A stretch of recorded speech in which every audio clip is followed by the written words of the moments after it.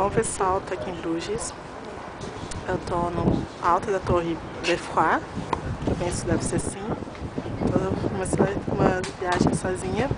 Bom, vou mostrar pra vocês a cidade, que ela é bonita. Só que daqui em cima tá um pouco cinzento. Mas graças a Deus tá com sol. O tempo tá bom pra essa época do ano que é inverno, né? Finalzinho de janeiro. Então tá ali, ó. Bruges. Turistas. Aqui uma outra parte da vista. Aqui, ó.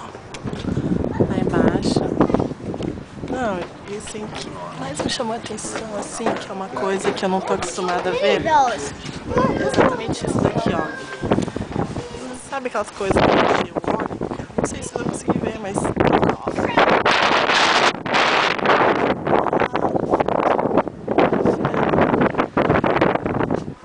Bom, e aqui pra terminar, excuse me, aqui ó, bom, é tudo, tchau.